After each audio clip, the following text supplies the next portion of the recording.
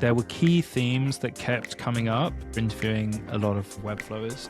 And then I got a 10K website, and it was the worst job I've ever done. I don't want to set up a studio, is basically what I realized.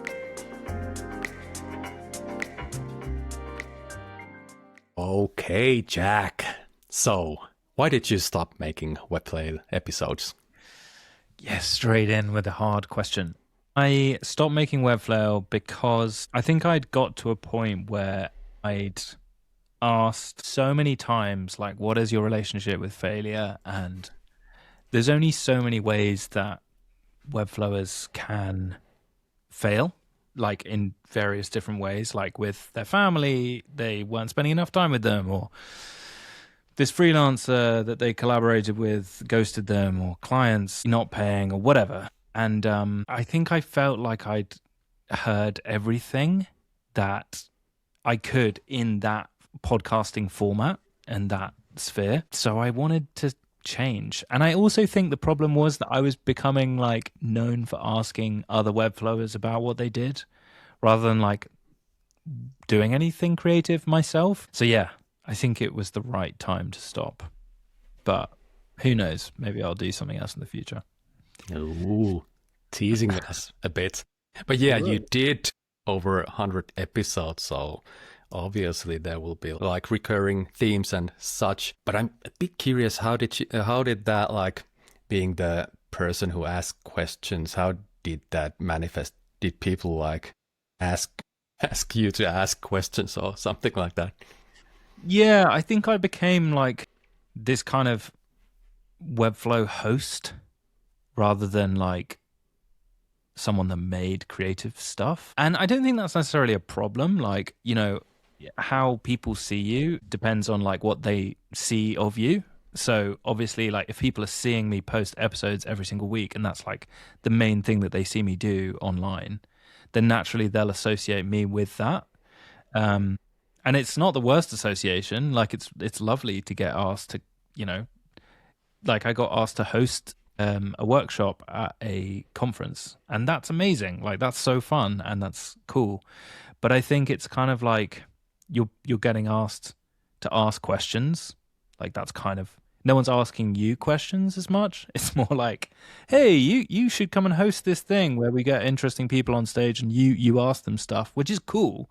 Like don't get me wrong, but I think I was a bit like, I want to make stuff, and I'm super inspired by all the people that I talk to on Webflail. Like the reason why I wanted to start the podcast in the first place was to ask people how they did stuff and why they did stuff, and kind of get a really good sense of that. And then over the course of 120 odd episodes, I think I got a pretty good sense of that. And then I was like, cool, I've kind of got like kind of what I wanted out of this whole podcasting experience, and now I kind of want to implement a lot of the stuff that I've learned. And as you know, podcasting is super time consuming and it's really fun, and I don't regret doing it at all. It's more to say that I think it's okay to, you know, look at things like chapters, and like you can have creative projects that might last, like they'll last for as long as you want them to last, and you can decide how long that is basically. So it just felt like the right time to stop, really. Yeah. Did you think like pivoting the Webflail brand? Obviously it has or had like great concept, like quite strict concept, but did you ponder that maybe I should like pivot the Webflail brand? Or was it like clear that, okay, this was that, and now I'm on with the next one? Yeah.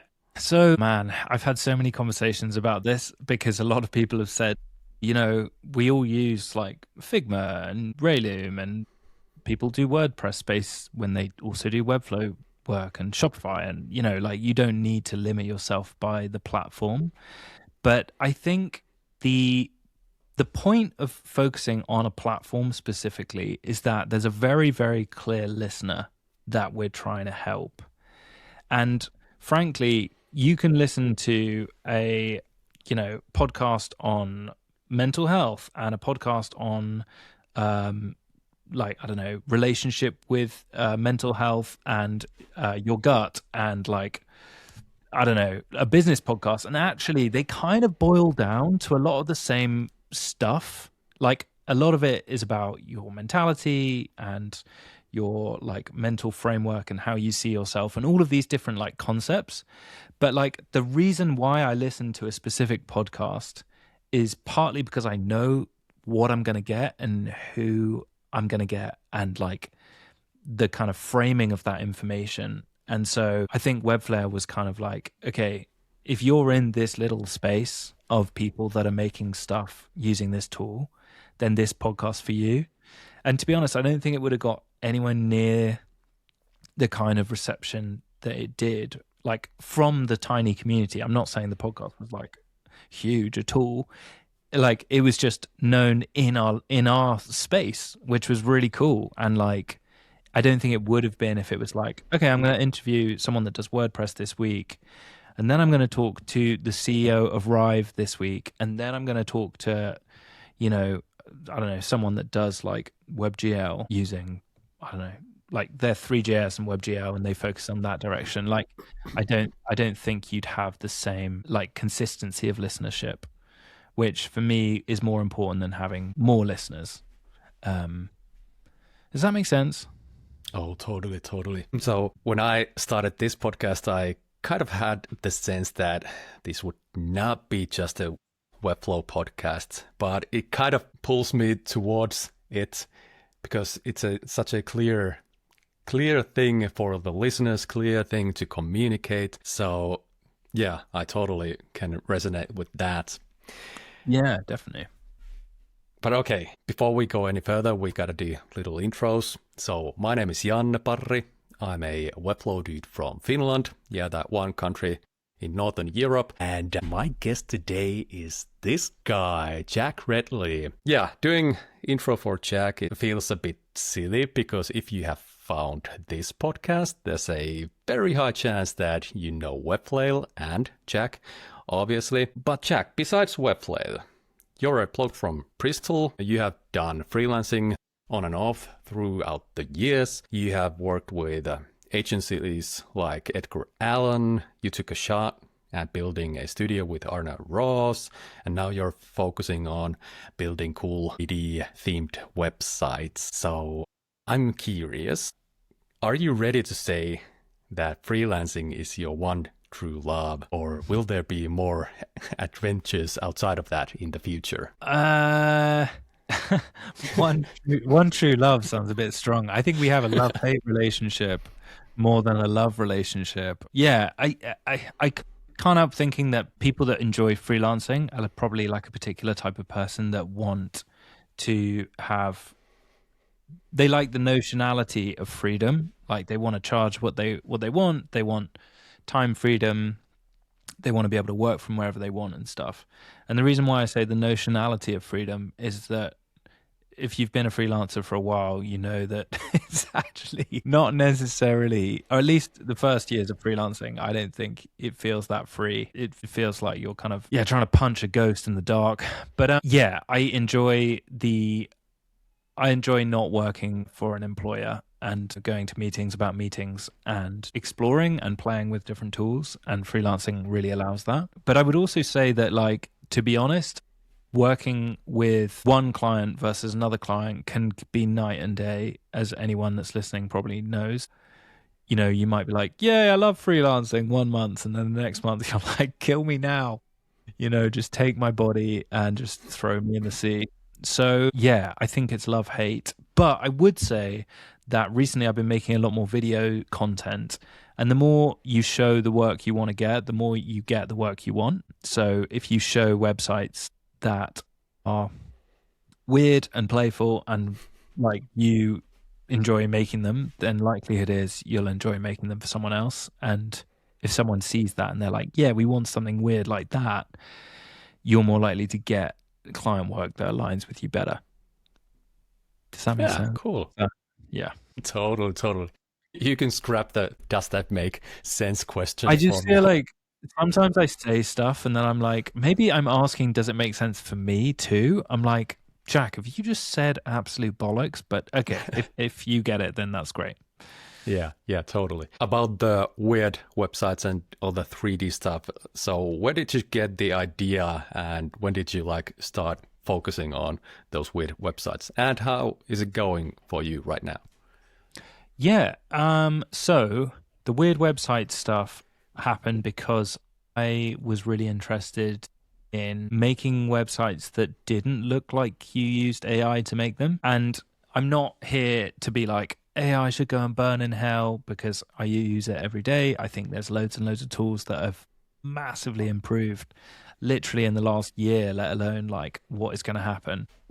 Plus, robots are probably listening to this now, so you got to be careful. But I would just say that like clients clients can literally type a prompt and get a website now, and that is only going to get better. And so in my head, it's kind of like, okay, what can you do as a human that like it's harder to replicate using code like and logic from machines? And I guess like that's partly why the 3D stuff excites me, but also because 3D is just fun and it's like such a different experience of website and it feels like you're in a video game. And I think like the kind of gamification of websites is a space that I think is really exciting and just kind of interesting to explore. And then the final thing I guess is that like, saying I'm a webflower is a bit like saying I'm a human. I think there's so many people that are like in this space, which is amazing. And, I don't look at people like we're competitors. I actually think everyone is rising tide lifts all boats type idea. I think like the more people work with other people as webflowers, then the more work there is for everyone. But what I'm trying to say is that I think it's really important to figure out like the type of work you want to do for who. And I think one way of doing that is just figuring out what you enjoy playing with and what tools you like playing with. I listened to the Joshua Fry episode that you guys did, and he was talking about how he just loved in his free time playing with Rive. And then he shared stuff and he was like, hey, I made this thing. And then everyone was like, that's cool. I might need your help with the project coming up. And then he kind of got better and better accidentally. Like it wasn't like, I am going to niche in Rive. It was like, I like playing with Rive. Like, here's a thing I made. And then people kind of came to him for that thing. And then he has kind of become more and more known for that thing. So yeah, I'm not suggesting everyone should sit down and be like, okay, I'm going to make websites for dentists. I don't think it's like that. I think it's more like, what do you like playing with? And then you'll probably just do more and more of it to become associated with that thing, if that makes sense. Yes, Oh it my does. God, I did it again. Sorry. But I'm Yeah. I'm just smiling because this is one of my favorite topics. This has been like go through like almost in every episode this far. But like niching, that is so like interesting. Everybody says that one should do it, but it's a big decision, a scary decision. Let's say that we're talking about Webflowers, so there are only a handful of things or tools that one could like specialize in. And what if a person does not feel that any of those tools is more interesting than others? And then there's the logical side. So I might like doing some animations, but should I do something towards like, let's say, bigger clients, enterprise clients, because there's a push for the bigger clients in Webflow in general and so on. So if one finds this niching question hard, how should they like approach it? Okay, so let's talk about what I think of as niching, so that we're just like we just kind of Yeah. set the stall for that. So like, what is niching? I guess for me, or in my opinion, I think niching is essentially deciding what you do for who. Okay, so that means not saying I make websites for anyone. It's more saying I make, I don't know, interactive websites specifically for X type of person. Maybe that's for agencies. So, for example, I know people that are like, I am basically like an expert in WebGL and 3GS, and I work specifically with agencies that don't have that in-house capability but want to make super interactive websites. Now, I'm not saying that everyone can articulate that thing, but I think the more work you do, the more you kind of become clearer and clearer about what that is. And I think one thing that I personally find it really annoying when like a 50-year-old designer or developer is like, Yeah. you should really niche. You should really niche. It's like you're talking to like 20-year-olds that don't even know what they haven't made, they haven't really explored, like they haven't really like played with different tools and like really got an idea of what the world is or like who they are. And I think by making like just following your nose is a phrase that I've said quite a lot to friends recently who were like asking the same question, which following your nose sounds really abstract, but it's basically like if you smell something that smells interesting, you're going to follow that smell. And I think vice versa, like in freelancing, it's like you can do literally anything for anyone, which is not helpful. Then no one's going to perceive you as high value. You're not going to enjoy doing the randomness that you'll do if you're like, I'll do anything for anyone.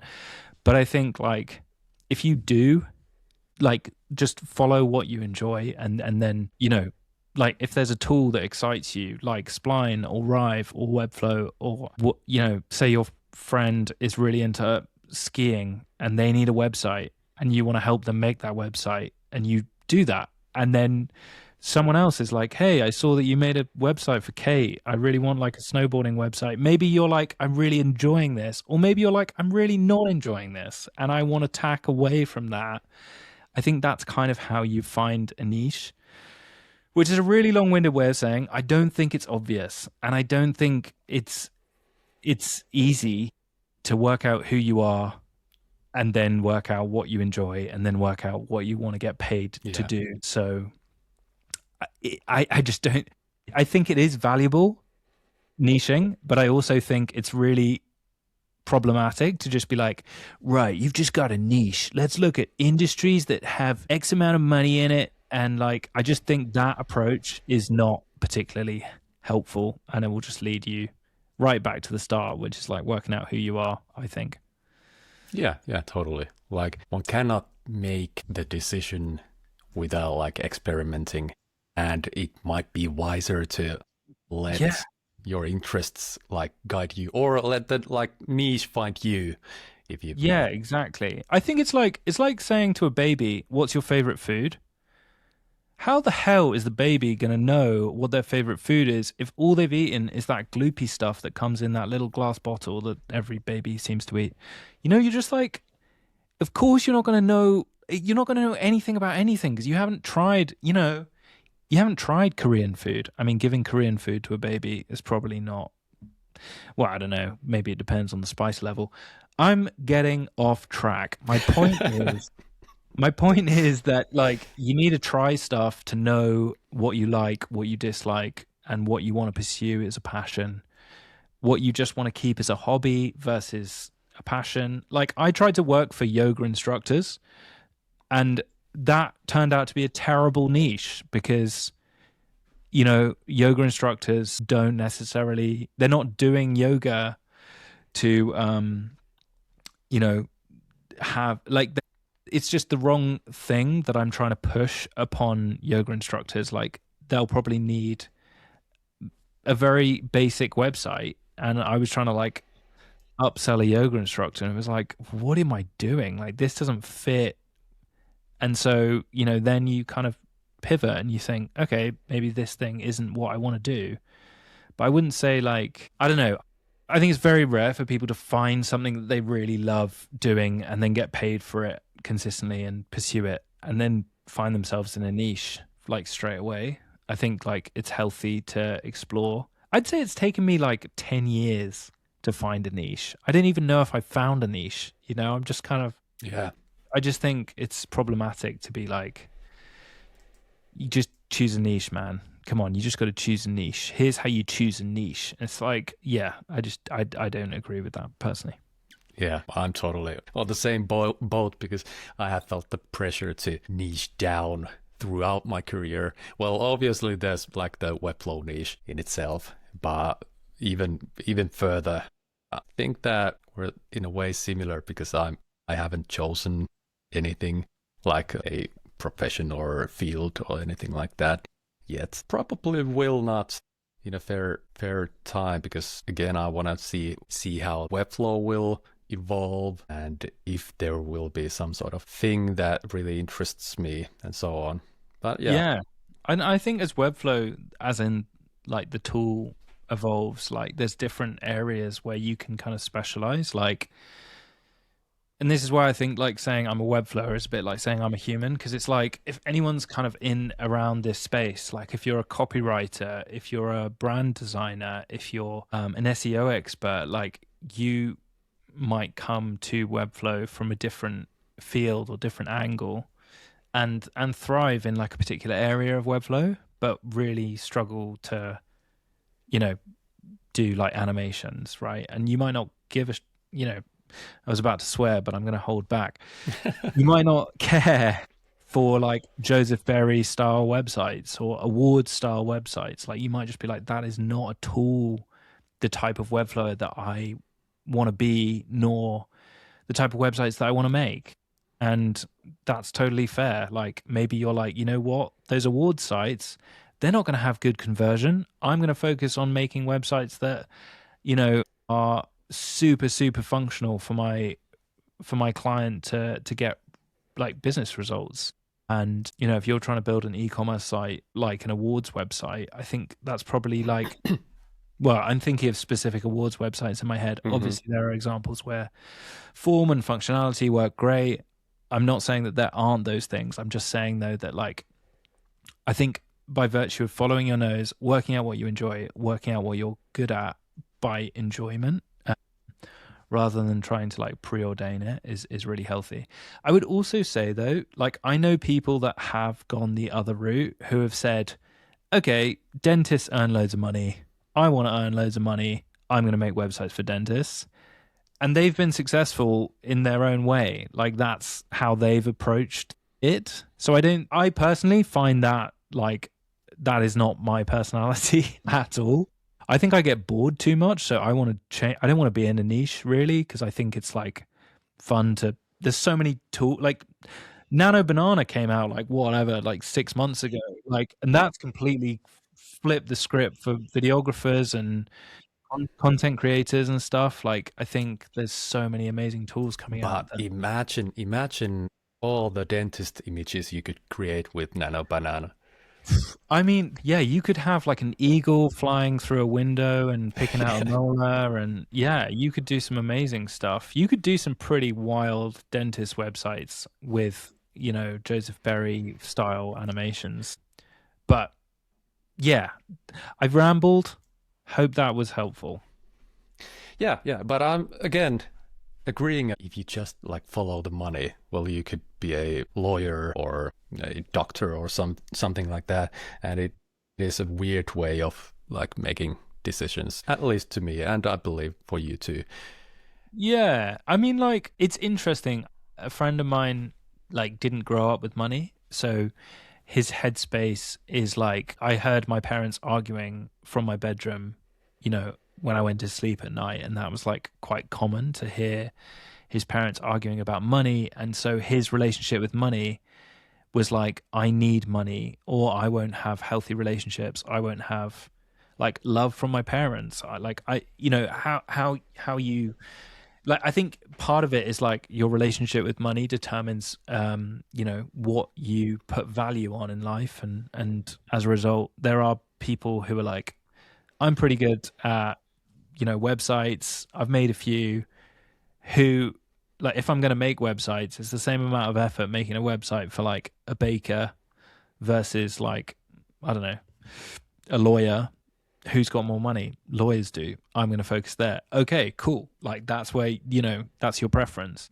But personally, I think the jobs where I've got paid the most have not given me the most satisfaction. So like I had this like 10K website in my head when I was freelancing initially. I was like, oh my God, how do I get, you know, there's all these like tech bros being like, it's so easy to get 5K a month consistently. All you got to do is da, da, da. And initially I was like, my God, people pay £10,000 for a website. that is insane. All I would need to do is like 3 websites a year and I'd be covered, right? And then I got a 10K website and I thought I'd made it, right? And I was like, oh my God, I'm gonna be so successful. And it was the worst job I've ever done. It took 6 months. It was like insane amount of back and forth. Like I was the only job I took on because I was like, okay, I'm going to fully like devote myself to this job because 10K is so much money. Like I need to fully be in it. And I didn't manage the process well. And I think I partly turned the client into a monster, to be honest. But either way, what I'm trying to say is like, it was the worst job. And I was like, okay, I've tried so hard to get paid more and more and more. And then when I finally got what I thought was success, I was like, oh my God, this is the worst. So, you know, it really like flips the script when you're like, oh, I got what success was in my head. I got to there and then I looked around and I was like, is this it? And yeah, it kind of really changed my approach. Yeah, yeah, totally. Those big projects can be like very daunting and complex, and the risks are higher, and you might end up like outsourcing bits, and if they do not turn out great, that's on you and so on. Yeah. But do you have like a sweet spot where you like to be, like project scope or money wise? Like, is it a little under 10, like 8, 6 to 8 or something? Have you found anything like that? Yeah, interesting. So I really like talking about freelancing and money, by the way, because I think it's super important to be like fully transparent about this type of thing. So ask anything you want and I will tell you honestly. But I basically tried to do project fees initially. Like, okay, the project scope is X. I like, let's say, I don't know, 5-page simple website, but then there's the CMS and I'm going to do training with that. And I kind of like scoped everything in together. And then tried that approach where it was like kind of a 5K website. And that kind of had mixed results because you've kind of boxed yourself in to a scope with a set price. And then naturally the client doesn't really know what they want until you get into the project, I find, and you Yeah. kind of do a discovery and you're like, okay, you didn't realize that you're trying to build an app here. You're basically trying to build Facebook, and this is completely changed from what we initially spoke about, etc. And it just got like kind of messy because then you're trying to work out the scope in advance and they want to know the price in advance, but you're kind of like, well, I don't even know if this is doable, let alone like the costs involved. If it's like a web app suddenly and you're like, well, I don't want to do web apps, so I'm not your guy, but we're halfway into this project. Like it just got messy. So then I started doing a day rate of £400 a day. And the idea with that was that I kind of guesstimated how long it would take. And then we would, you know, as I was approaching, I was like, okay, I reckon this development time is going to be 5 days, 10 days, whatever. And then if it was going to be more than that, obviously I just charge more. And the advantage of doing that approach is that if I've said up front, I think it's going to be about 10 days of work, then they know it's going to be £4,000. If we're approaching more than that amount of work, you know, they're adding scope, that's fine because they know what the deal is. I know what the deal is, and no one is getting burnt. And also, they get their stuff together before we start the project to make sure that I can do the job as quickly as possible. That's actually interesting. They've got the copy, like it's in their incentive to be organized because disorganization is going to cost them. Because you've booked me on that job, like that. Yeah. I'm meant to be working Monday to Friday for 2 weeks for a 10-day project, right? So I need this before we start. All the imagery, you know, have you got brand guidelines? No. Okay, well, what I recommend is we don't start this project yet because I don't think you're ready. Here's what you need. Like, a brand identity is not a logo. I would recommend speaking to this person. They'll do a beautiful brand identity for you. It will speed up the whole process. Like, you're kind of saying like, I'm not just going to do anything for you. And it means that you don't go crazy as a freelancer, because the amount of times you were like, I've had projects that I thought were going to be, you know, lucrative and that I was going to be all right. Like, and then, you know, they pay the first 25%, then they don't know what they're doing for a month, and you're working on it and you're like, I hope I'm going to get paid the next milestone, but then I don't really know. And it's like, you know what, let's just do a day rate. I get a good day rate. If I work 10 days a month, I'm sorted. So, you know, I can do that. It means I have fun play time as well. I can make stupid videos. I can, you know, explore different tools. And I actually way prefer that approach. I know people talk about value-based pricing and all sorts of other things, but I actually find like a day rate is the easiest way for me to manage my time and clients too. Yeah, there are definitely sides for that. I'm still kind of in the camp. Well, now I'm thinking all the alternatives. This is so fascinating because you can do it in so many ways. But anyways, I'm in the camp with the like fixed amount, like just because it's so clear to the client. But there are those disadvantages. You mentioned that. Will they get their content together, or how long will the thing last, and what is the scope? If we do not know what the design holds, then we do not know the scope. And especially if you like design some fancy interaction or Rive assets or spline asset there, how do you like price that? Because beforehand you probably don't know what you are like designing there. So there are those things. But then of course you had tools to like just make a contract that says that, okay, I'm gonna bill you there, and at the latest the last payment will, or the last bill will be sent at this point. So you can kind of like dodge those bullets. But yeah, so many ways to do those things. Yeah, and I would also say that I don't necessarily think there's a right way or a wrong way. I think there's a right way or a wrong way for you. So what I'm saying is that like for small projects, I think doing a day rate is actually better, because small projects are, you know, okay, you need a spline 3D asset. I reckon that's going to be 2 days of my time, but I'll let you know by the end of the first day how long it's going to be, how long it's going to take me, like how I've got on, right? Yeah. So it's 2 day project, £800. Bosh, that's great for me. I've got £800 for 2 days of work. I know that's there. I know that's happening, and I can do a lot in that time. So, you know, I can create a 3D asset. I can embed it on a website. I can make it responsive. There's a lot that can be done in that time, and the client's really happy. It hasn't cost them the world, but it's been really like, you know, useful for me to get that £800 that I wouldn't have otherwise. But if it's like a big project where, you know, there's so many different variables, I think it's healthy to have like, and also if it's going to be like a 2 month project and I'm earning a day rate, then that might be a lot more than the client is willing to pay. And that's not to say that you shouldn't charge what you think you're worth. I just think it's good to be like, hey, my day rate's £400. I reckon this project's going to be about 2 months of work, but I'm willing to do it for this amount if you're comfortable with that. And what you're doing is you're saying, look, I realize that, you know, potentially I'm expensive, but I really want to work with you, and I think we'd be a really good, you know, team together. Would you be interested in working for this? This is what I'm willing to work with you on.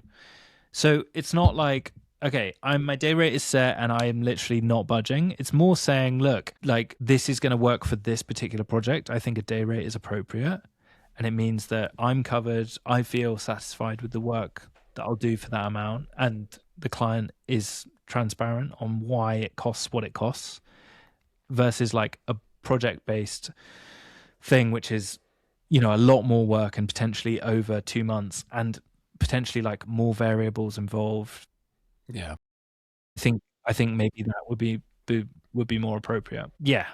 I don't think there's a set way of doing it. I think you've got to work out what's right for you depending on what your skill set is. Yeah, but is there a reason you're talking about day rates, not like hourly rates?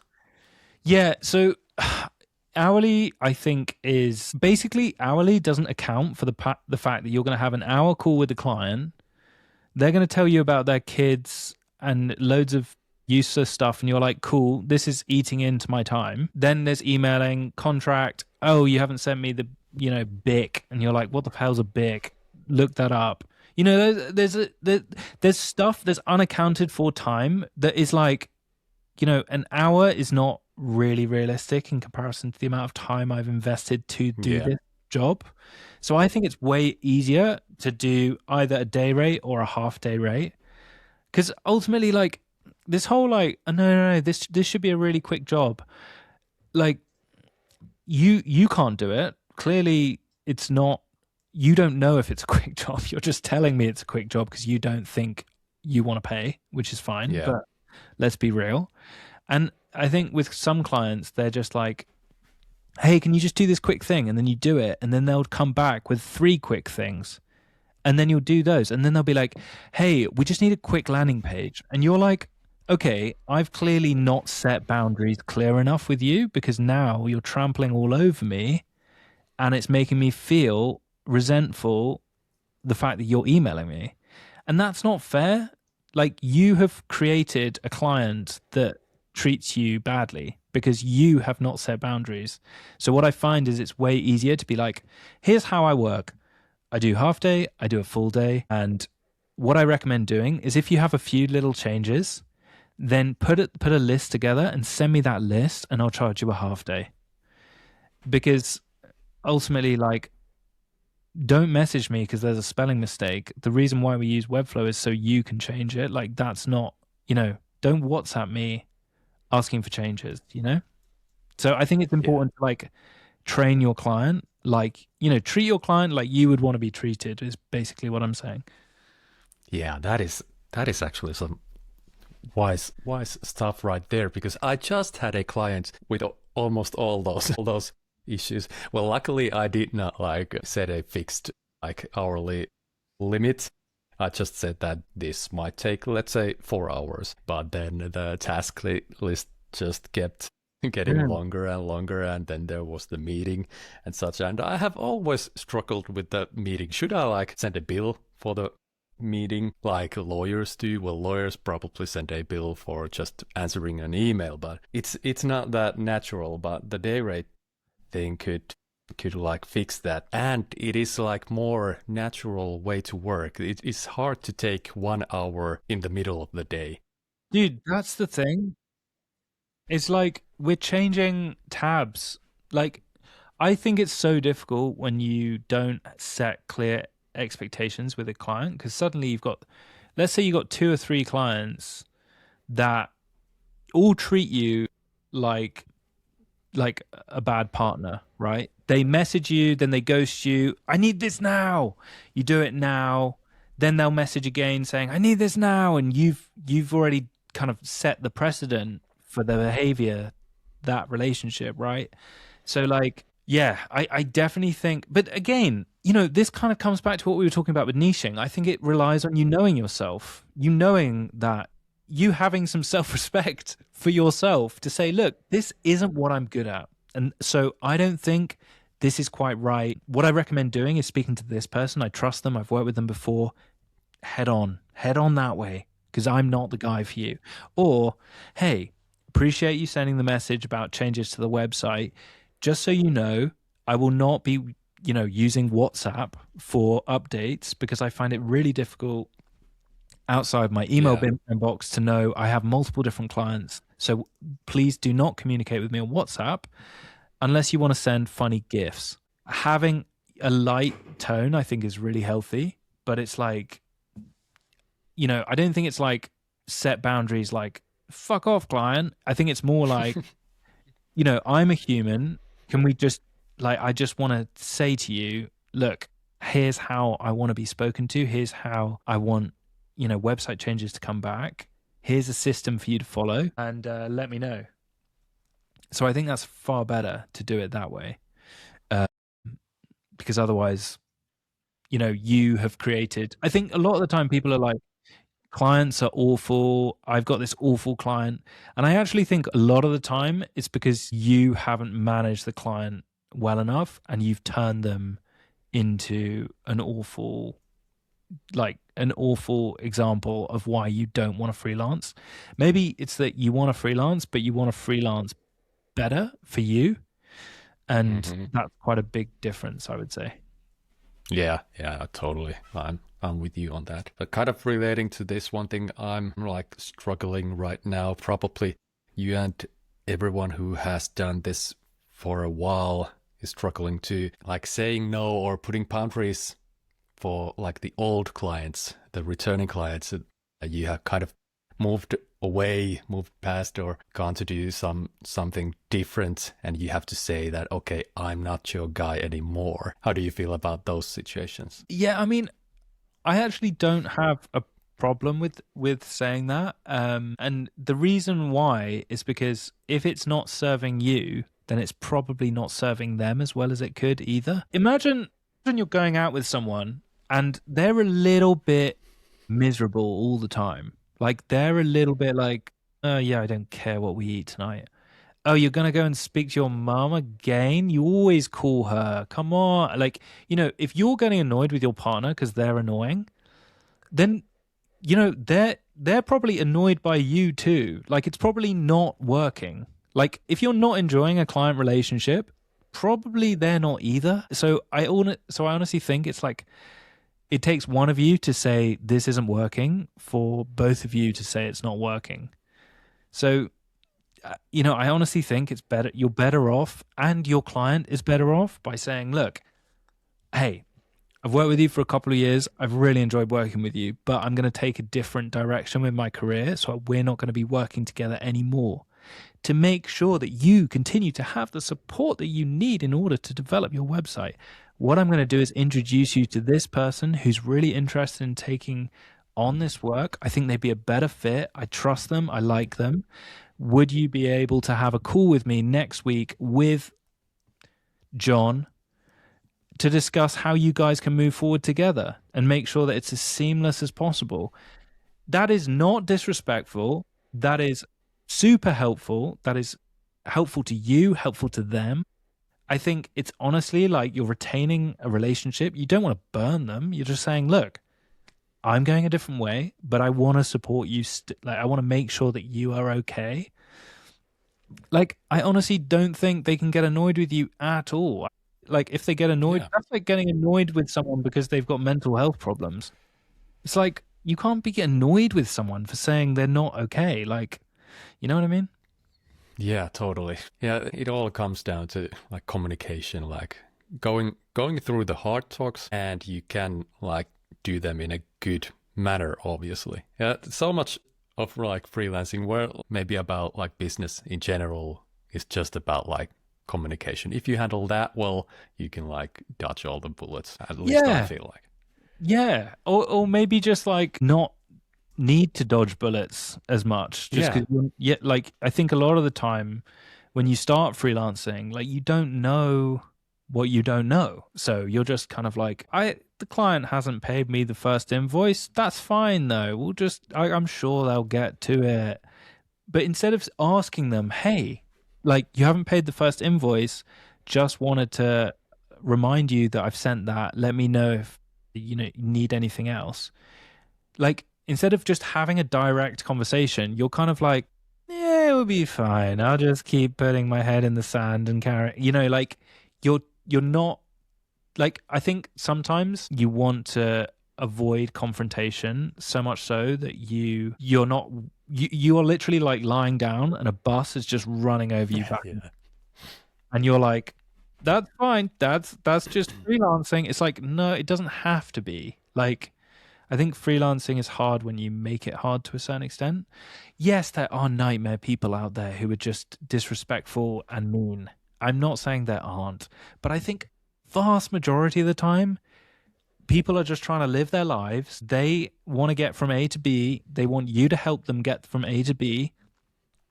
And if you communicate and you're, honest and open, I think generally that happens relatively smoothly.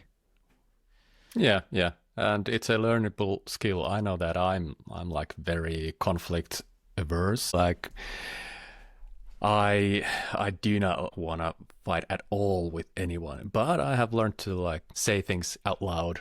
Like just a simple example, like talking about the price like early on, just to make sure that no one's like wasting time or that sort of thing. Yeah, definitely. I would also say though, like, it's interesting you say like fight, because I think fight makes it sound like combative, like it's you Yeah. versus them. And I actually think it's um it's like turning a fight into a hug. Like, often the hardest conversations are the most important to have. And like the hardest conversations are probably like the hardest because you have like built up in your head this like monster of an idea of like, okay, well, if I say this, then they're probably going to want to punch me through the screen. If that happens, I will need to move house. They know my address, so I've got to be worried. If I see a box that looks like a bomb, I'm obviously going to not touch. Like you have this like crazy idea of like the repercussions from the difficult conversation, but the conversation might not actually be a difficult conversation. Like you've thought it's going to be a difficult conversation before you've even had the conversation because you think it's going to be a fight, and that's why it's perceived as difficult. But you might be like, hey, client, it's been great working together, but I just wanted to let you know that I'm going to be changing my career. So I'm not going to be able to work with you beyond, I don't know, January 2026. So I want to introduce you to someone that I know, like, trust. They might be like, oh, okay, cool. Yeah, I can meet next Tuesday. Is it all right if we all have a chat? I've only got 15 minutes, but is that cool? You're like, yeah, yeah, sure, that's that, and it's like, oh my god, this actually it wasn't difficult at all. I'm being respectful. They are receptive of that, and it's not even difficult. We're not fighting. Like it's not even. Hey, client, I've done more work than the initial scope, so I'd like to have a conversation about increasing the budget for this project. Are you free next Tuesday? Yep, sure. Just whack a link in my calendar. Oh, right. We're just going to talk. Like, it's not even, I don't know. I think like the problem comes from us perceiving a conversation ahead of time that it's difficult. And actually, like a lot of the time it's not, is what I've learned. Yeah, yeah. I have to give one like funny example to add. Like just about speaking prices, like you giving up the price you firstly think that oh this will be like way too high and the client will shout that you're so pricey and so on, but then they will not like blink and say that okay, just send the invoice. Honestly, the amount of times that I've been like, before a call, I've been like, I get sweaty palms. I was literally like a boiled egg. Like I was just like, and then you watch Christo videos before you get on the call, and you're like psyched. And you're like, right, I'm gonna say the price, and then I'm gonna shut up. And you do the call, and you say the price, and then you shut up, and they're like, okay, cool. And does that include like training? Yeah, yeah, yeah. I'll train you on the website afterwards. Great. Okay. Well, I think it's a yes, but I'll just speak to the team and make sure that you're the right fit. I think you are. But yeah, we'll get back to you tomorrow with a yes or a no. Does that sound good? Yeah. You get off the call and you're like, holy fuck. um, and it's so funny because they are like, it's not even a thing to them. It's like water, it's so crazy that I actually accidentally got sent double an invoice because I like Bonsai basically does this like reminder thing. And it turns out that I'd been paid twice. So I basically messaged and I was like, hey, so sorry. I've invoiced twice. You've paid twice. Let me know the account to send this back to. And they were like, oh, don't worry, Jack. Like, just take it off the next invoice. And for me, that would be like, Yeah, fuck, that's a huge mistake. But they were just like, yeah, it's literally fine. Just we'll take it off. just accounting. Yeah, and it's like, we make mountains out of molehills. We think that problems are way, way bigger than they are a lot of the time. And normally it just requires a, hey,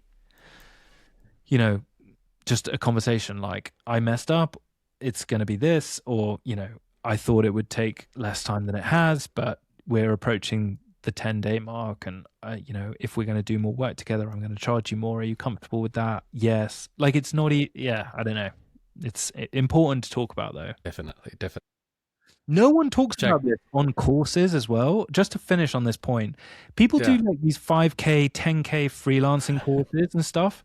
No one talks about like conflict and managing the conflict. They just talk about like, okay, here's the strategy to attract 10K clients and stuff. It's like, that's not the difficult part, in my opinion. I think the difficult part is making sure that the 10K clients are happy and like you are communicating in the right manner so that you are managing that process really well. And it doesn't even matter if it's a 10K client. Like, you can, if you're working with your brother, it's the same. I just think like it's frustrating to me because I think it's all about money and less about doing a good job, and that annoys me. Yeah, definitely. There's all the soft skills required, and no one talks about those.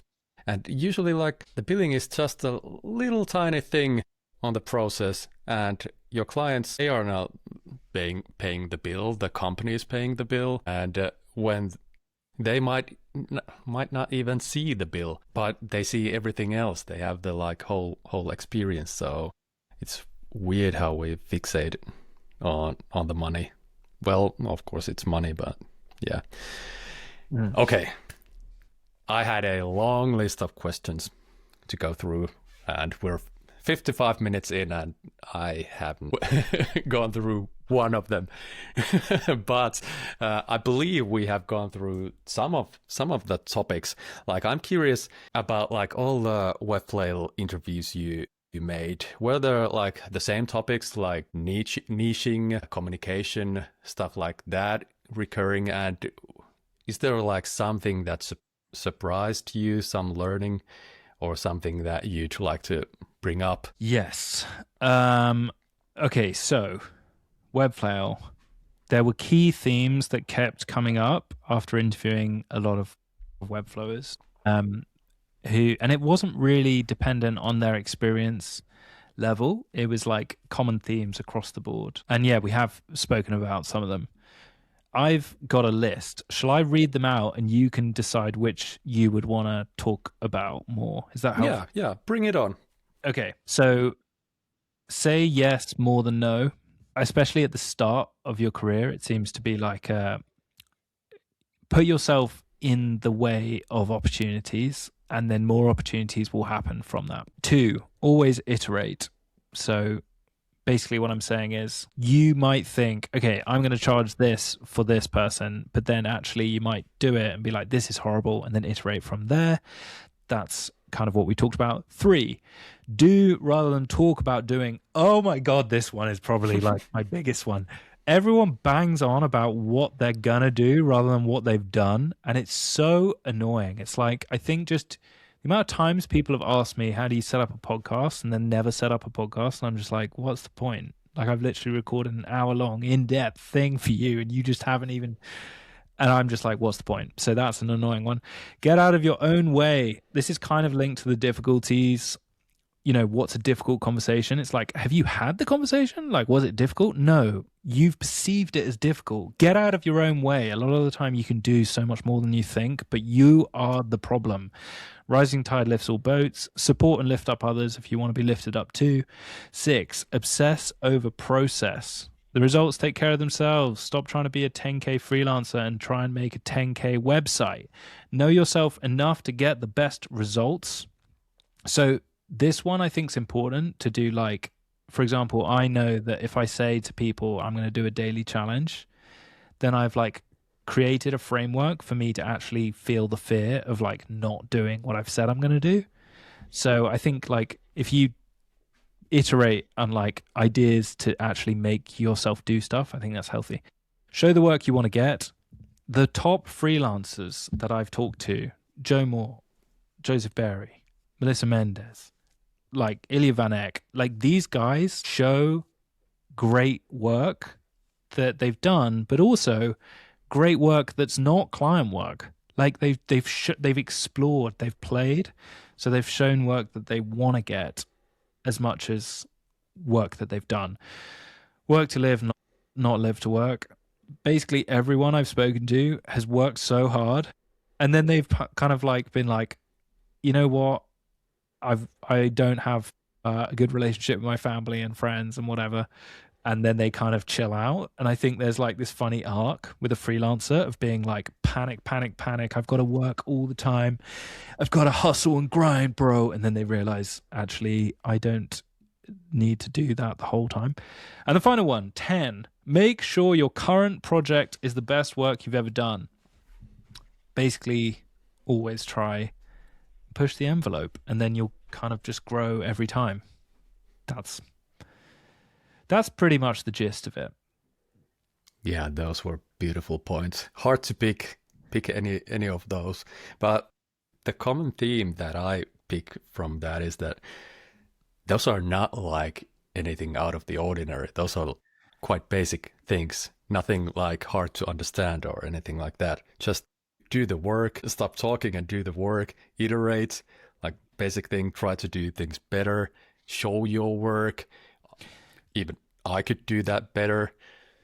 Yeah. I mean, I think the show your work is actually like quite a big one that like, no, I mean, everyone's heard all of this stuff, including show your work, like you say. Like this isn't like rocket science, right? But I think it's just about doing things consistently and long enough for them to have an effect. Actually, interestingly, I was posting for a Webflower. So a friend was like, I don't know how to show my work. And he was applying for jobs at an agency. And I was like, dude, you are so much better than the agencies you're applying to. Like, you should, like, no offense, but you should really not try and get a job. Like, you should try and get clients. Like, you don't want a job, you want money. Like, that you don't need a job, you just need clients, right? And so he was like, how do I get clients? And I was like, okay, give me your LinkedIn login and I'm going to post on your account every day. I'm just going to go through your portfolio. I'm going to screenshot some work. I'm going to record like a little video of just scrolling down some of my favorite pages of his website. And within a couple of weeks, he'd got work from just doing that process every day. Like just literally sharing work he'd already done, just doing a video recording, like scrolling down the website. And it took me like literally 30 seconds to hit record on screen recorder, scroll down, write a little bit of text being like, made this last year for X client, so much fun to work with the team, tag all the members of the team that did it, because obviously we want to be respectful. Great to implement GSAP and Webflow, and so cool that GSAP is now actually integrated natively into Webflow. I don't know what I wrote, but basically that type of thing. Did that every day for 2 weeks. By the end of 2 weeks, he'd got client work. My point is that it's not hard, but no one seems to do it consistently enough for it to actually have an impact. And there's a bit of a delay between your actions and the results. Like, it's not like do the thing and you get X straight away. It's like do the thing long enough and opportunities will show themselves. And I think like the great Webflowers, in my opinion, like the people that are really top of their game, just do, share, share, do, share, share, do, share. And you know, it's like a self-repeating cycle, basically. Oh yeah. And I said that I should do it more often too. I have got a like regular, consistent schedule with this show, but just showing the work, I know that it's quite easy. I have a portfolio and I could just pick those things and do a little post, but yeah, it is weird. It's simple, but it's not easy. But about like social media and posting, I know that you are doing some funny videos. What's like your media of choice, and how did you come about doing those videos? Yeah, so for context, for anyone that doesn't know anything about the videos, I basically started doing a lot more short form videos where I'd basically make a website for someone or something that I was inspired by. So I made a website for a chef I made a website for a cyclist. I made a website for a cafe that I love going working in, and they didn't ask for these websites. I just wanted to play. And so the context for the videos was basically like I wanted to make something for someone that or something that I care about and use tools that I don't normally use, make a website that's really weird and not as like client focused, more just like here's a thing that I made. I hope you like it, and send it to the people. And what I do is I basically message them before I made the video, and then I'd make the video and tag them, and they might share it. And but yeah, it was kind of like for fun, really. And then Webflow said, "Hey, you keep tagging us in these videos. Stop it." No, they didn't say that. They said, "Hey, thanks for making these videos. We'd love if you would actually make like a particular, mention this part of our tool, and we'll pay you." And now I basically just make videos for Webflow and get paid a little bit every time I do. So it's kind of like a completely different client income, which is great. And it's way more fun than client work because I basically can do whatever the hell I want, and I can use different tools. And if it's like, oh, I want to do a 3D, I don't know, basketball in this website that's just going to scroll down the screen and bounce at the bottom or whatever, I can just do that. And the cool thing about it is that like as you play and make stuff, you get better at tools, but also you are making more of the work you want to make. So I get better client projects, or I'd say more aligned client projects. Yeah. Where they're just like, hey, we saw that weird thing you made and we want something weird too. So can you just make something weird? And it's like, yes, that's exactly like, it's super fun to get the trust to just make whatever you want to make. And then, the client is like, you've already made something similar. So we already know what you do. I think the problem freelancing for me early on was like, you kind of just did a bit of everything for anyone. And as a result, your portfolio was like, yeah, I can make a website for, a scaffolding company. It's like, Yeah. it's like, yeah, I've done something similar for a bricklayer or whatever. And it's just like so random. And you're like, and that's fine at the start. Like I say, I think it's healthy to do whatever and explore and work out what you're good at and what you enjoy. But yeah, I think now I've got a lot better idea of what I want to do, and the videos really help that. And they take way too long. And to be honest, I don't think you need to do a lot of effort videos. I think you can screen record a website and be like, here's what I liked about making this website, or here's something interesting about the website. We made this website in 2 months, but this one page took us 1 month out of the 2. That's interesting because, like, it doesn't have to be some weird video that I've made, but I personally enjoy making them too. Yeah, that is so cool. I believe that's like the holy grail, to be recognized with your style, and when people come to you for your style, and you get to do kind of, as you said, you get the trust and you get to do you on the project. That's sort of like artist, like not a functional design. But on the other hand, websites are kind of like functional beings usually, so it's hard to figure out your style. And I'm not sure if people should like try to do some artsy things at the beginning. I talked about this with Elsa Amri, and it's a weird thing. There is like the creative art side of these things, but then there's the functional side. And yeah, should we even like have styles as a web designers? What do you think? Ooh, interesting question. I think you find your style, or your, like, it's not like you intentionally say, this is my style. Like, necessarily, you might just be drawn to a particular color palette or particular like animation style or type of website. Like, if you said to me, okay, I need a fashion website, I'd think of Ada Oliva. If you said to me, like, I need a really good, I don't know, gin brand website, like, I think of like Joseph Berry. He'd do an amazing job with that.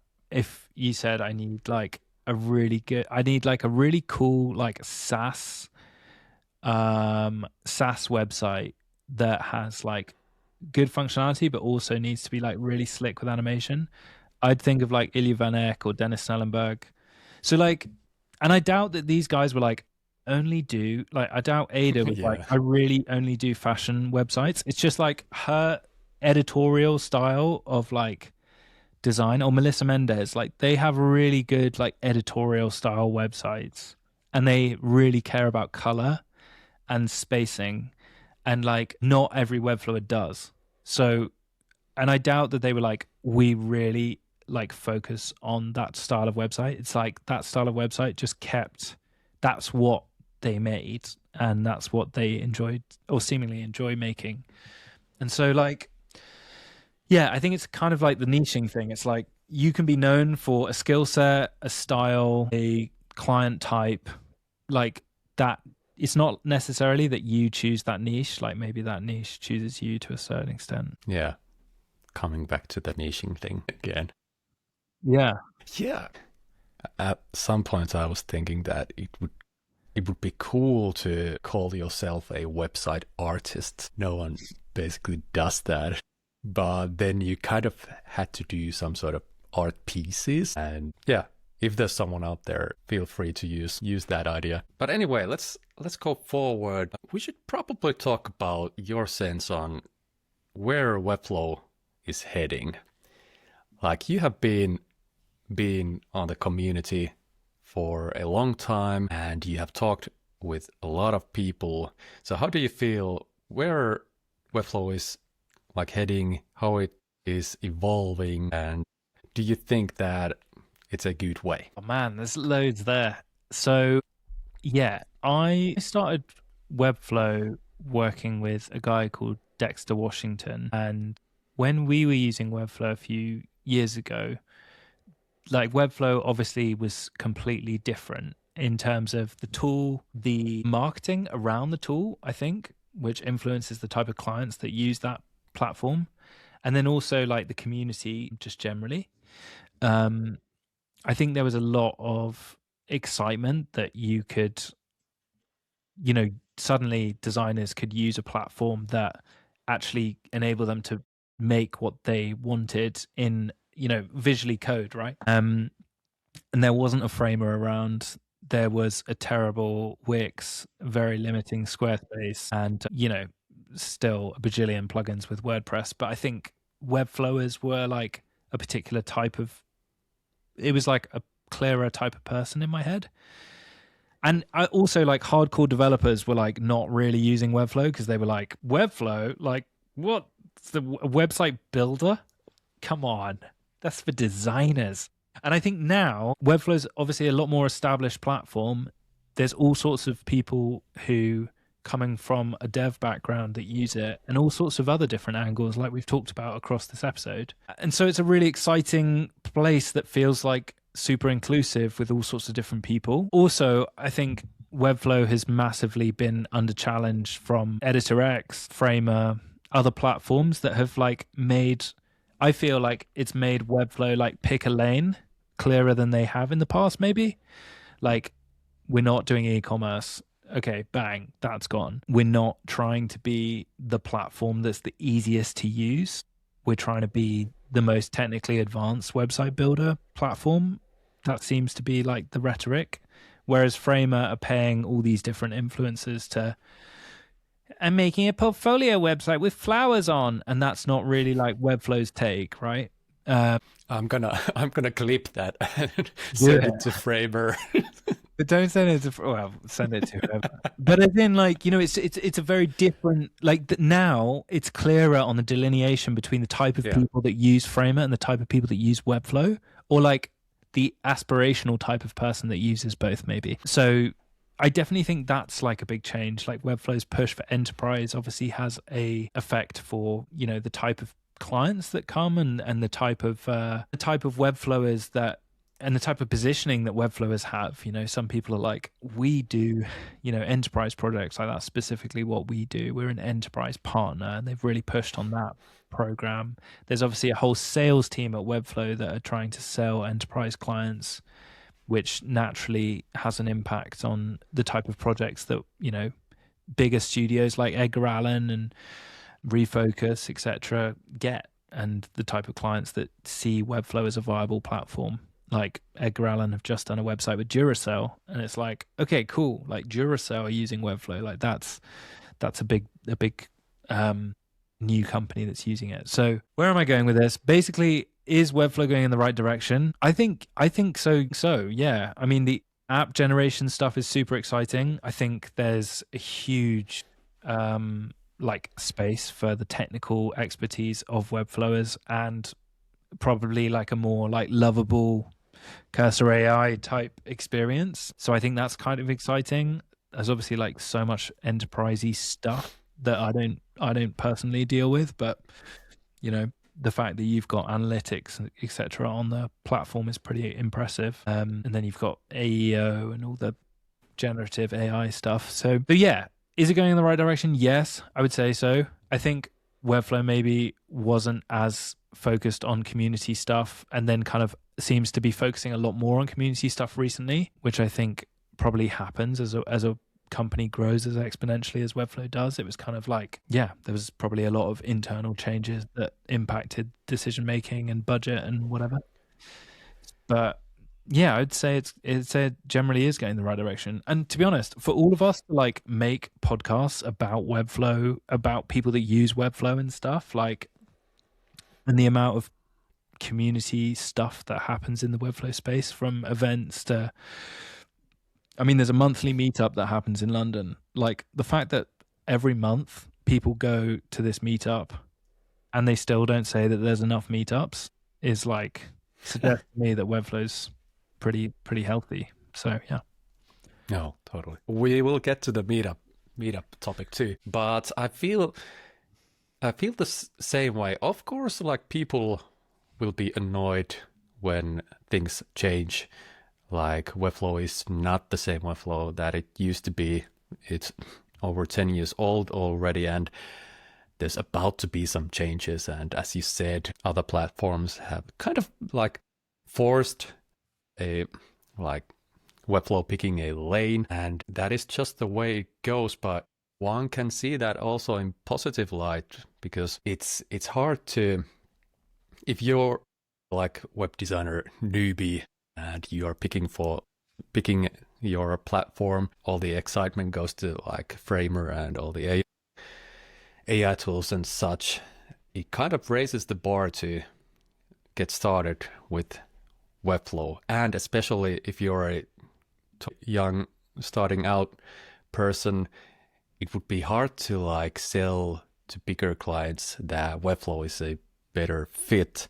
So in a way that might be good for us who are already like proficient with Webflow, that there's like higher bar right now. Of course, that's like thinking that everything is competition and so on and so forth, but one does not have to look at it in a bad way. Would you agree? I think that when a company is smaller, there are fewer people working in the company, there's fewer people using that tool in the case of Webflow, and as a result it feels more like a family, I guess, to a certain extent. I mean, when you start a company, you probably hire, you know, friends and family first, right? And I think vice versa with the community aspect. There's probably a real like sense of camaraderie between people that have, you know, in a small bunch, all know each other and are all part of something that feels quite unique and special, and like the crest of a big wave, I guess. And then, you know, more and more people come into that space, and a tool grows, and other tools pop up, and you're trying to like compete to a certain extent, and that changes from a position of like, okay, we're welcoming everyone who's new, to who are you? I haven't seen you before. Like, what do you want? And I think that changes the dynamic, right? And obviously there's been a lot of, yeah, internal changes with Webflow. Emily Linetto leaves, you know, there's plenty of different staff that I'm not sure how public it is that they've left, actually, so I won't talk about that too much. But, you know, the culture and the fabric of a company is dominated by the people, you know, who've been there the longest, and as a result, when they leave, things change. So I guess what I'm trying to say is like to get annoyed at Webflow changes, it for me is kind of like getting annoyed at the seasons. You know, seasons come and go, weather changes, and naturally, like a company that's been around for 10 years is going to look completely different a year on year, even, especially in this tech landscape. So I don't know. I think it's I'd still say community is a really strong part of Webflow. And I think that's determined partly by us, the community members. Like, I don't think it's necessarily Webflow's responsibility to, you know, host events the whole time.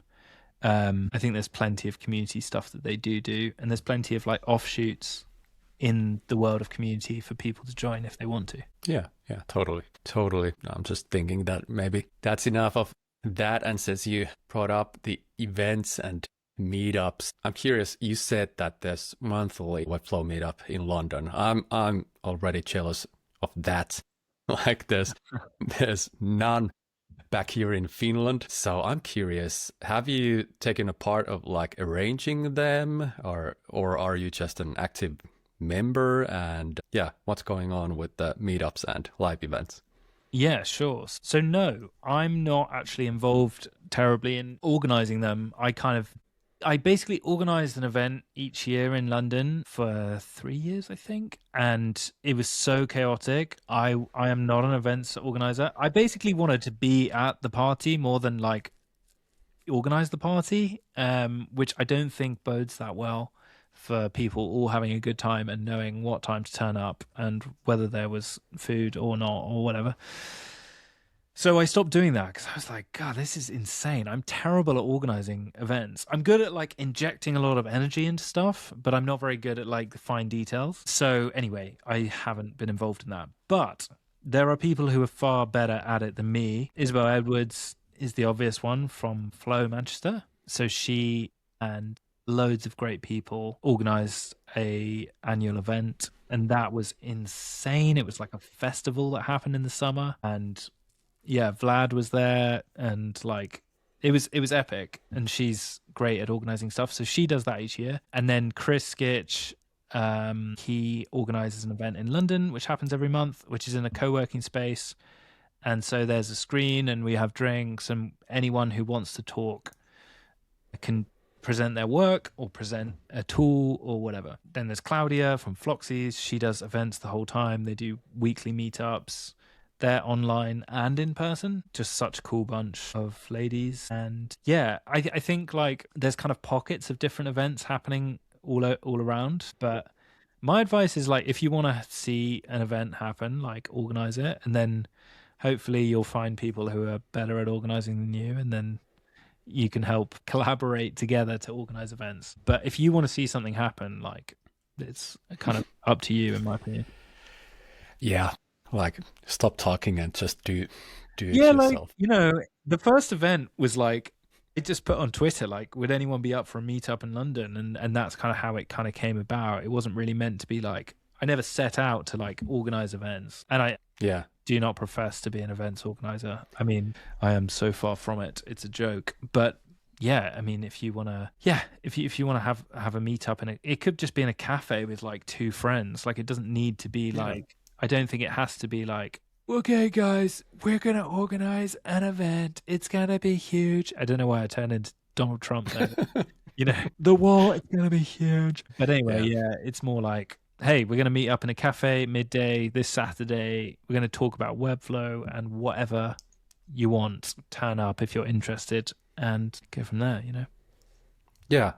Basically, everybody that I talk about this topic says the same thing, that the first one or the whole thing should like grow organically. It's like just call a couple of friends and go for a beer and talk about like the next possible like beer or whatever. Then it grows from that.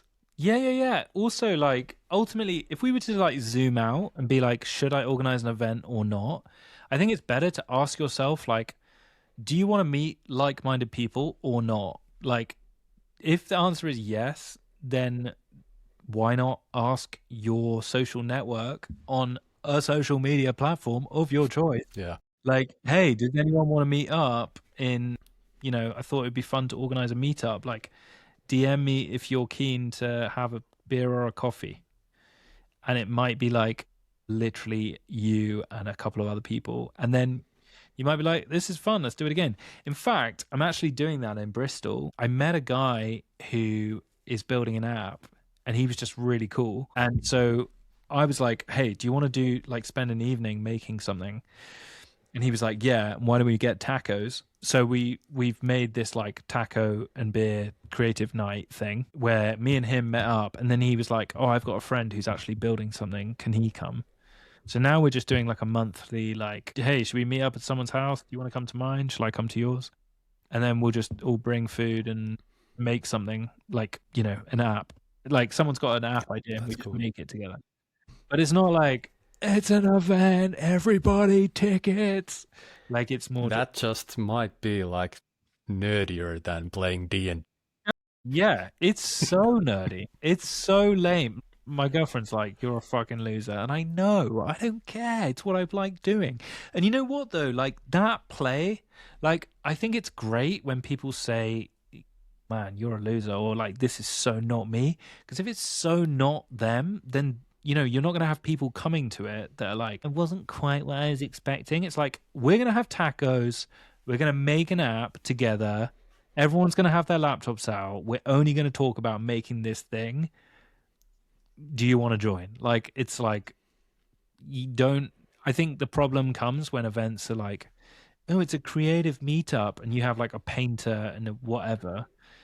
Yeah. And you're like trying to, introduce people that they're not even in the same ballpark. And you're like, this event kind of was a disaster because there was no structure to it. We didn't really know what we were doing because it was like not clear from the outset what you wanted to get from it. Yeah, again, like the clear focus thing. But okay, there's one potentially difficult topic that I want to ask you, and I know that if I don't, I will regret it later. It's about your strive to build a studio with Arnau Ros. Yeah, Matthew, I'm curious, what was the experience like, and what did you learn from that? Okay, yeah. No, it's not a difficult topic, so it's good to talk about. So Arnau's one of the most talented people I know.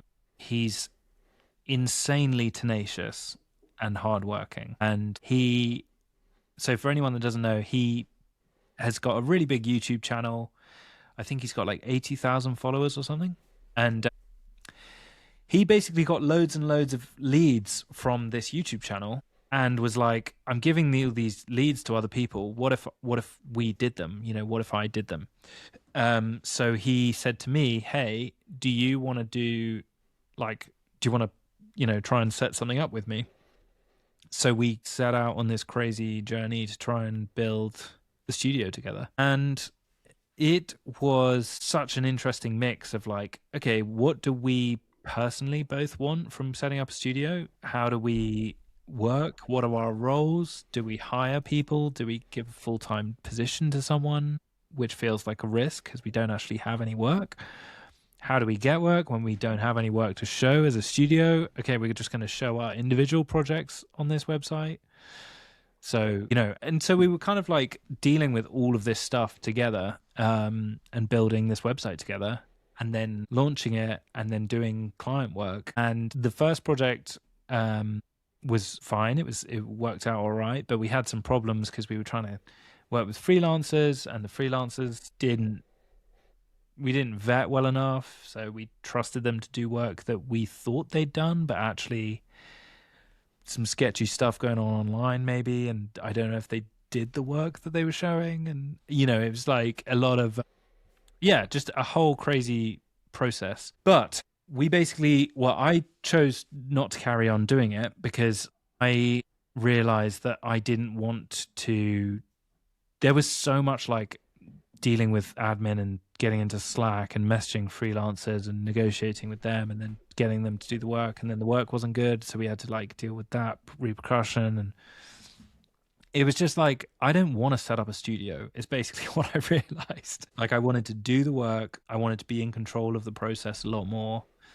I wanted to know the type of clients. I wanted the clients to come to me because they wanted to work with me. I didn't want to be, sending a proposal with the hope that, because we were competing with other agencies and stuff, it's just like, I think there's this fetishization of like, okay, you do freelancing for a bit.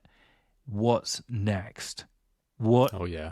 Okay, you've got a UK client. Now let's see if we can get a UK client or whatever. It's like essentially you look at a graph and you know that 10 is more than 5. So you're like, okay, I know that that's going up and I want to go up. So I'm going to go for that. Or if you're a freelancer, you're like, my aim is to grow an award-winning studio, and you start in your bedroom in your underpants as a freelancer, and then you go from there. But actually, what I've come to realize is that more doesn't equal happier.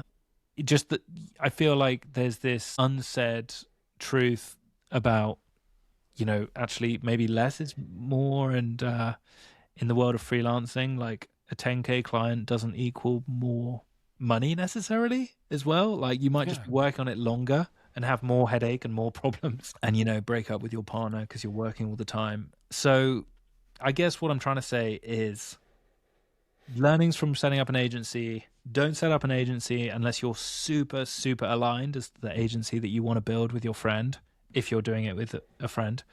2, I'd be super clear going in the type of clients you want to work with. 3, ask yourself if you even want an agency, or is it like social expectation that makes you want an agency? And I would say like trust your gut enough to say when you're not enjoying what you're doing. Like I think sometimes there's this expectation that it's like, this is hard, but it's meant to be hard. I'm just going to do this for years. And it's actually like, maybe it's hard because you just are not enjoying the thing you're doing, partly because you're not good at it, but also because it's not actually the path you're meant to be taking. So that's my 2 cents on that. But it's like so hard. The temptation is like there, even if you have tried to build something bigger, there's always like the temptation. And even if you like know that freelancing, it's working for me, I have a nice enough lifestyle, but there is the temptation. I'm not sure if it's like internal or external, like is this just the society that just raises the examples that do those things? But yeah, it's hard to be true to yourself, I would say. Would you agree? Yeah, I mean, yeah, I think what I'm keen to say is that I think as like a human, I think you want to progress. You want to feel like you're progressing, right? Like you want to, if you're doing a job, you want to push and you want to grow and you want to potentially earn more, potentially have more responsibility. And I think what I'm trying to say is like, I'm not trying to say don't be ambitious. I'm just saying be ambitious in a way that you genuinely want to be ambitious, because I think like for example, I feel like I'm ambitious for a team of 1. Like I know I want to be a team of 1. I want to collaborate with people. I'm not saying I want to be like a hermit.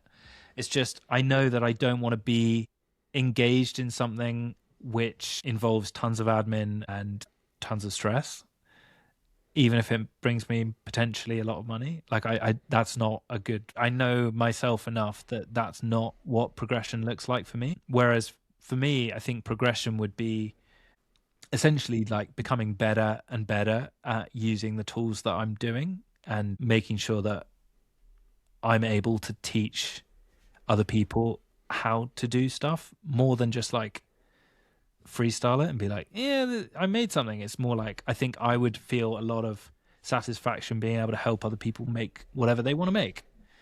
That would feel like progression for me. That does not include necessarily building a team.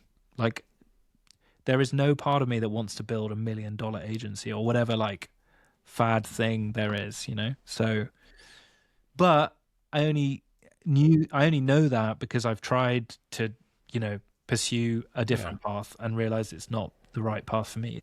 Beautiful. I believe I have nothing to add to that. But yeah, okay. There's one little weird segment at the end, but before that, I want to let you send a message to anyone out there who has like listened to Webflail back in the day or recently. And also, if people wanna contact you or follow you, where should they go? Sure. So let's start with the last bit. If you want to email me, it's info@jackredley.design. If you want to Instagram me, it's @jackredleydesign. If you want to Twitter me, it's @jackredleydesign. So that's pretty easy. And then thanks to, gosh, so many people. One person that I want to say thanks to is Matt Evans, who also set up a podcast. He was super encouraging throughout the whole process. Max Haining, a guy from 100 Days of No Code. He was the one that helped me figure out whether I wanted to continue with the podcast or stop the podcast. He was really helpful. God, to all the guests who came on and talked to me and shared secrets. I couldn't have done the podcast, obviously, without them. And I also don't think I'd be the person I am today without all of their advice. Because there's what's kind of funny is that you are asking on behalf of your guests, but you're really asking for yourself. Like, if no one listens to Webflail, I really wouldn't mind, because I'm just genuinely psyched to have the conversations that I have. And then people started listening, which is amazing. But honestly, it was really a Trojan horse to spend time with people I wanted to ask questions to, and they were willing to tell me because we had a microphone recording.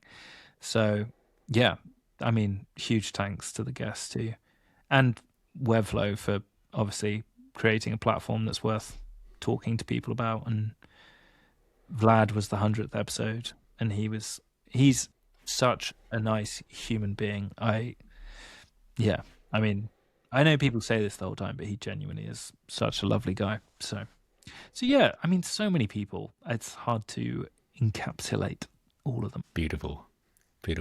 Okay, the last section is this weird little Finnish section at the end of every episode. So I will tell you a Finnish saying.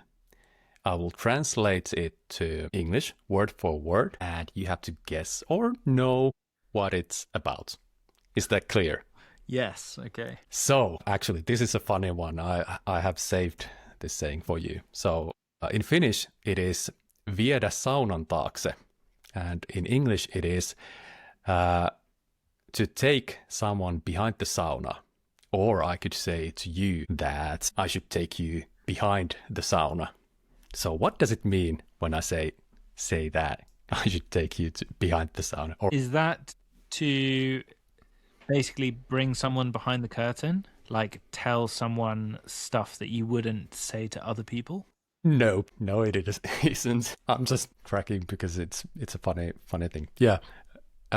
Is it something sexual?